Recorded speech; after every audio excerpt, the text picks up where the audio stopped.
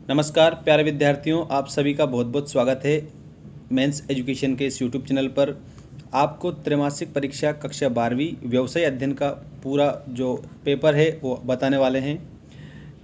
आपकी जो कल एग्ज़ाम है इसमें आप लोगों को बहुत सारे प्रश्न देखने को मिलेंगे, तो सारे शुरू से लेकर के तो आखिरी तक सभी क्वेश्चनों के आंसर आपको यहाँ देखने को मिलेंगे।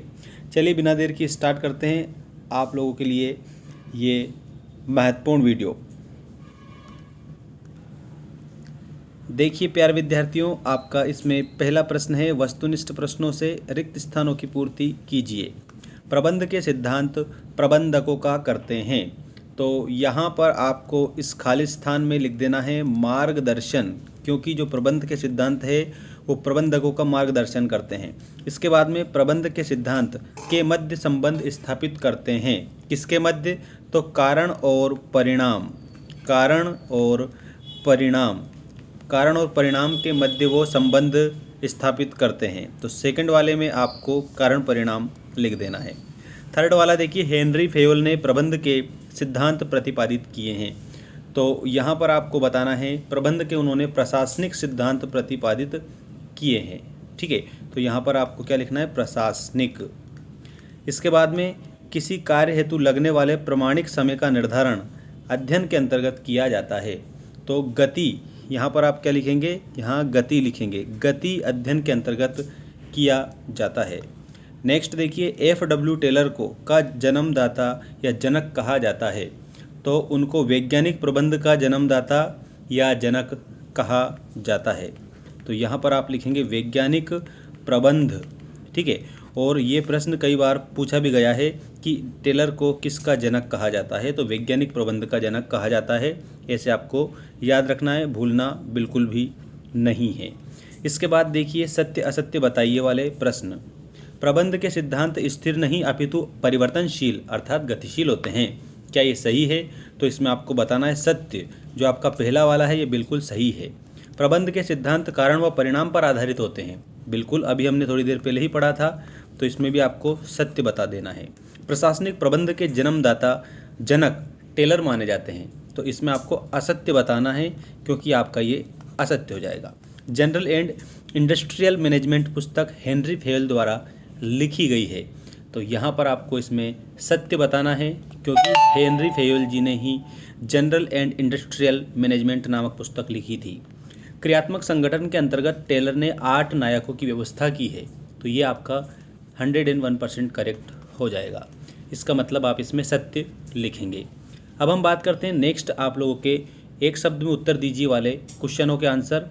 और आप चैनल को सब्सक्राइब जरूर कर ले, ये हमारा चैनल आपकी स्क्रीन के सामने है। देखिए, एक शब्द में उत्तर दीजिए में प्रिंसिपल ऑफ साइंटिफिक मैनेजमेंट पुस्तक की रचना किसने की? तो यहाँ पर आपका उत्तर मैं लिख रहा हूँ, इसमें आप लिखेंगे टेलर ने। ठीक है, टेलर ने प्रिंसिपल ऑफ साइंटिफिक मैनेजमेंट पुस्तक की रचना की। प्रबंध के सिद्धांतों का प्रतिपादन किस पर आधारित होता है? तो यहाँ पर आपको याद रखना है परीक्षण व कारण परिणाम पर आधारित होता है। तो उत्तर में आपको लिखना है परीक्षण व कारण परिणाम। ठीक है, इस प्रकार से आप इस सेकंड का उत्तर लिखेंगे। थर्ड प्रश्न देखिए, कर्मचारियों व मजदूरों में उनकी कार्य क्षमता व रुचि के अनुसार कार्य का युक्तिसंगत विभाजन किस सिद्धांत पर आधारित है? तो वो विशिष्टीकरण का जो सिद्धांत होता है उस पर आधारित है। तो इसके उत्तर में आप लिखेंगे विशिष्टीकरण। विशिष्टीकरण आप इसमें लिख देंगे। ठीक है, इसके बाद में नेक्स्ट क्वेश्चन देखिए आप सभी। आपका नेक्स्ट क्वेश्चन है, प्रबंध के किस सिद्धांत के अंतर्गत एक कर्मचारी को ही एक अधिकारी से आदेश प्राप्त करना चाहिए? किस सिद्धांत के अनुसार? तो आदेश की एक रूपता का सिद्धांत होता है वो। तो आप इसमें लिखेंगे आदेश की एक रूपता।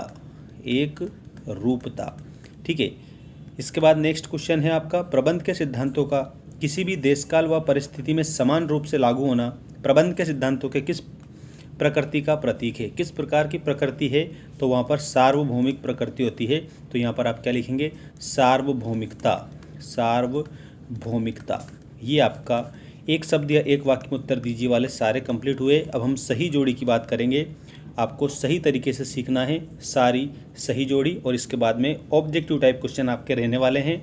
देखिएगा आप सभी, सही जोड़ी बनाइए। क्षमता अनुसार कार्य विभाजन।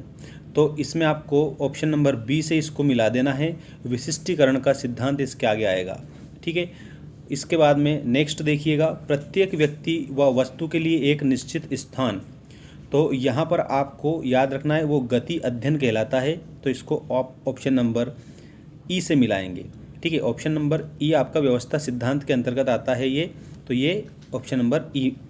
इसके बाद में संगठन में 8 नेताओं की योजना, तो संगठन में 8 नेताओं की योजना जो है वो क्रियात्मक संगठन होता है, ऑप्शन नंबर डी आपका करेक्ट हो जाएगा। और कार्य करने की श्रेष्ठ विधि का निर्धारण, कार्य करने की जो श्रेष्ठ विधि है उसका निर्धारण ऑप्शन नंबर सी, ये गति अध्ययन है, आपको याद रखना है। कार्य के घंटे व दशाएं सुनिश्चित करना, तो ये थकान अध्ययन, ऑप्शन नंबर ए आपका इसमें करेक्ट हो जाएगा।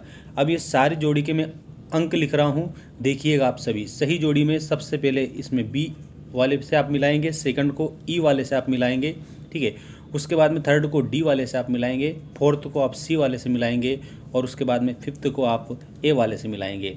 ये आपकी जोड़ी की सही अंक हैं।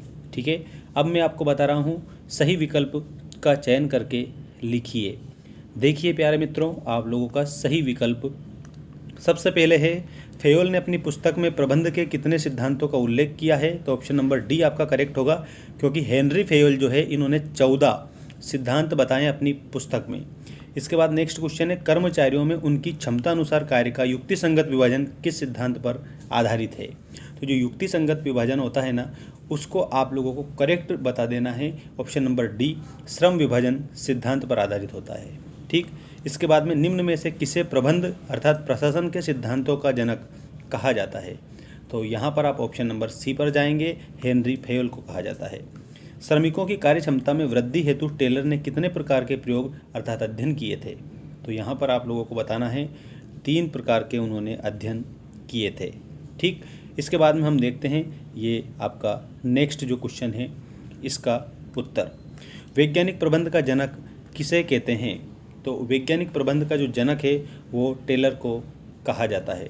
वैज्ञानिक प्रबंध का जनक किसे कहा जाता है, टेलर को कहा जाता है। इसके बाद में आप लोगों के लिए एक और वीडियो में लेकर आऊँगा जिसमें आप लोगों का नेक्स्ट जो चैप्टर है उसके क्वेश्चन आंसर इंपॉर्टेंट जैसे अभी मैंने बताए हैं ऐसे आपको मैं बताऊंगा, और वही आपको त्रैमासिक परीक्षा में देखने को मिलेंगे, और ये 101% सही सारे क्वेश्चन आपकी किताब पर आधारित है।